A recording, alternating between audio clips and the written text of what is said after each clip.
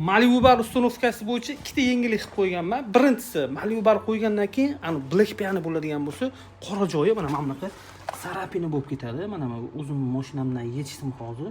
Shuni o'rniga xohlasanglar mana ustiga branirovka qilib beramiz. Endi bu samo восстановление qirilmaydi. Changini artsanglar mana shu ahvolga kelib qoladi 1 yil deganda. Endi bu xudo xolisa unaqa bo'lmaydi. Mana idealni bo'lib turaveradi. Bundan tashqari Cobaltchi akalarga Malibu bar qo'yganda sidinani yurg'ish juda ham qiyin bo'ladi, siqilib qolardi orasi. Endi shunga ham maxsus o'zini kreplenasini olib kelib qo'yganmiz. Sidinani ham bemalol oldi orqaga suradigan qilib, idealni ishlaydigan qilib, svarkasi, samoversiz chotki qilib uстановка qilib beramiz. Bizda aksiyalarimiz hali ham davom etyapti. Trekkrikka 10x mashinalarga zaminga $195 dan uстановка, motorchi, plata hammasini yaxshisini zo'r qilib uстановка qilib beramiz. Xo'p, UZB bar Gentry Cobalt uchun $180 dan o'sha motorchi, plata, uстановка hammasi ichida qilib beramiz.